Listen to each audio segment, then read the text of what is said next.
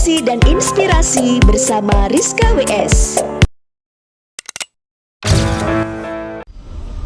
Assalamualaikum warahmatullahi wabarakatuh. Welcome back to my YouTube channel. Bersama saya Rizka WS. Teman-teman, kali ini saya akan menjelaskan tentang cara menerbitkan buku secara gratis. Sebagaimana video yang lalu yang telah saya buat juga dengan tema yang sama. Akan tapi kali ini saya akan menjelaskan berdasarkan pengalaman teman saya yang baru saja diceritakan ya. Jadi saya memiliki teman yang telah menerbitkan buku 45 hewan di zaman Nabi. Tadi dia bercerita bahwasanya betul ya, pertama kali yang dia lakukan itu adalah riset penerbit. Dia pergi ke beberapa toko buku, kemudian melihat kira-kira naskahnya itu cocok di penerbit yang mana, yang mau menerbitkan buku anak, bergambar, full color, dan sesuai gitu dengan temanya. Maka ketika sudah ditemukan penerbit tersebut, dia searching dan menghubunginya dengan mengirimkan naskah seperti itu. Dan katanya tadi ada jawaban bahwa naskahnya diterima itu sekitar 4 bulanan ya teman-teman. Jadi harus sabar. Dan ini sebagai penulis kita memiliki etika bahwasanya ketika kita mengirimkan naskah sebuah penerbit, kita harus sabar menunggu jawaban. Jadi kalau ditolak bisa ditindaklanjuti seperti kita merevisi buku, mengedit kembali, atau mencoba ke penerbit yang lain, atau mengulang menulis ide baru. Itu kalau misalnya naskahnya ditolak. Kalau naskahnya diterima, biasanya penerbit akan mengirimkan beberapa perjanjian terkait hak dan kewajiban antara kedua belah pihak, yaitu antara penulis dan juga penerbit. Nah, etikanya yang saya sebutkan tadi, etikanya bagaimana?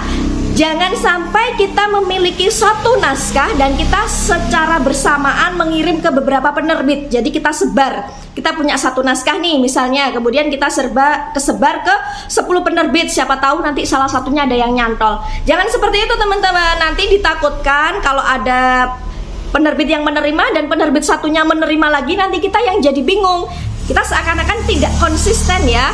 Jadi kan tidak mungkin satu naskah diterbitkan dari 2 penerbit. Jadi kita harus memilih salah satu.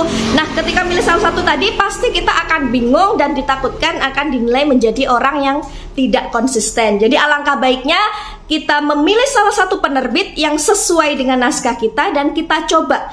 Nah, seperti itu. Jangan mengirimkan satu naskah sekaligus ke beberapa penerbit. Seperti itu, teman-teman. Oke. Kembali lagi ke cerita awal bahwasanya dia menerbitkan buku itu ketika saya tanya, katanya gratis, tidak dipungut biaya apapun. Bahkan penerbit tersebut termasuk penerbit yang sudah besar, penerbit mayor yang distribusinya sudah sangat luas teman-teman. Jadi otomatis ketika naskahnya diterima, dia langsung memiliki perjanjian kontrak seperti itu ya. Dan ketika saya tanya, katanya royaltinya sebenarnya cuma 8%. Kemudian dia mengajukan banding, kemudian naik menjadi 10%. 8% ya, ternyata agak ya sedikit lah. Tapi di MOU-nya itu katanya cetak skala besar atau 3.000 eksemplar. Ya lumayan lah, kalau penerbit indie kan masih skalanya ratusan, puluhan seperti itu. Kalau sudah penerbit besar, otomatis pakai skala ribuan ya, termasuk banyak ya seperti itu. Dan sejak buku diterbitkan, sejak dia naskahnya diterima, dari tahun 2016 sampai sekarang katanya sudah menerima 8 kali royalti seperti itu. Royaltinya turunnya berarti setiap 9 bulan sekali. Ya lumayan lah. Jadi menjadi apa ya, punya pemasukan. Jadi kita hard di awalnya saja menulis naskah sampai diterima. Kemudian kita tinggal menunggu nih, nanti setiap 9 bulan sekali ada uang yang masuk seperti itu. Apalagi penerbit mayor, penerbit yang skalanya besar dan distribusinya udah pasti luas teman-teman. Nah, ketika saya tanya tentang proses penerbitan buku, apakah dia terlibat untuk proses pracetaknya seperti revisi, editing, pembuatan cover, isinya dan lain-lain? Ternyata iya teman-teman. Meskipun tidak dipungut biaya ya, alias gratis, ternyata masih ada beberapa revisi. Bahkan teman saya tadi bercerita dia sampai merevisi naskah ini 3 kali. Tidak hanya isinya, termasuk judulnya juga direvisi. Jadi ini ada seperti ini teman-teman. Maaf ya, ini pakai kamera depan jadi tulisannya agak terbalik-balik. Jadi dia revisi naskahnya 3 kali, termasuk revisi judul, yang judul sesuai dengan pasar ya. Jadi penerbit pasti sudah tahu lah bagaimana judul-judul yang diminati oleh pasar seperti itu. Nah, setelah revisi dikirim melalui soft file, email dan lain sebagainya itu, baru kemudian buku tadi membutuhkan ilustrator atau gambar yang menceritakan cerita di tulisan tadi, karena buku anak otomatis tidak hanya tulisan ya teman-teman. Kalau buku anak pasti ada beberapa gambar full color yang menarik seperti itu. Dan penerbit mengajukan bahwasanya penulis berhak mencari ilustrator sendiri, dibiayai sendiri. Jadi tidak dibebankan penerbit. Atau penerbit bisa mencarikan tim ilustrator dari penerbit, akan tetapi yang menanggung semua itu adalah penulis. Karena bagaimanapun ilustrator, gambar, dan tulisan dalam buku tersebut sebenarnya itu adalah tanggung jawab penulis teman-teman, masih dalam satu paket. Nah, kebetulan teman saya ini dia cuma mengirimkan naskah saja, tulisan saja, tidak ada ilustrator gambarnya. Jadi masih biasa, masih polosan. Otomatis karena ceritanya bagus, dia diterima, tapi dengan syarat harus mencari ilustrator gambar supaya lebih menarik lagi, karena ini buku anak-anak seperti itu. Akhirnya dia menyanggupinya seperti ini. Dia pasrah ke penerbit untuk mencarikan tim ilustratornya untuk menghias gambar-gambar di setiap cerita. Akan tapi dia belum sanggup membayar secara cash teman-teman. Jadi dia membayarnya adalah motong royalti setiap bulannya. Itu dia ceritanya.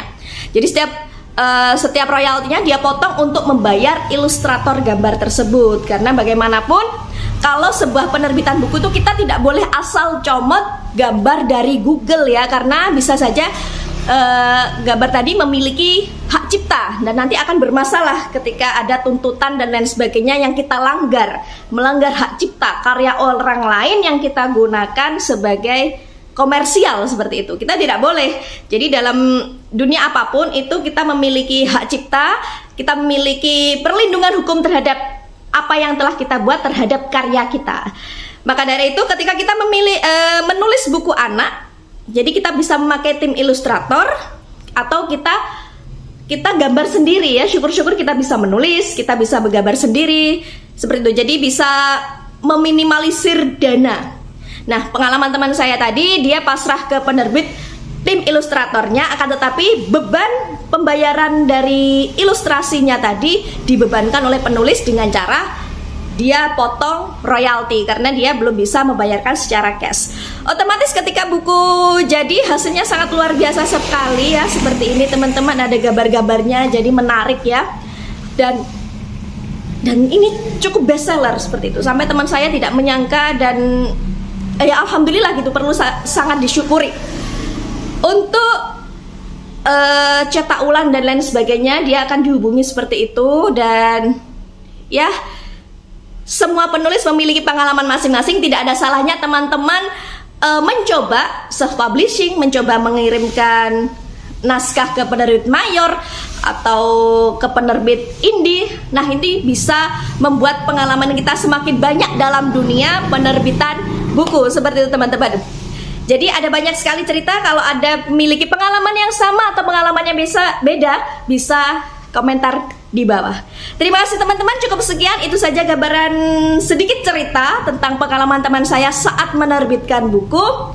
Memang gratis, penerbit mayor, cetaknya skala ribuan, akan tetapi karena dia buku anak-anak yang mana butuh ilustrasi gambar, dia harus kembali membayar sewa jasa ilustratornya dengan cara potong royalti. Cash bisa, tapi dia lebih memilih potong royalti seperti itu. Jadi sebenarnya gratis, tapi masih ada beban biaya yang ditanggung oleh penulis seperti itu teman-teman. Ya, karena penerbitnya sudah besar ya, otomatis distribusinya luas, penjualannya juga lancar. Dan meskipun royaltinya cuma 8 atau sampai 10%, lumayan lah. Setiap sekali transfer 9 bulan sekali lumayan lah. Nominalnya tuh lumayan seperti itu.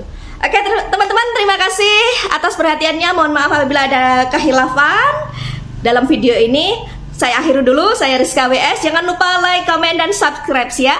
Wassalamualaikum warahmatullahi wabarakatuh.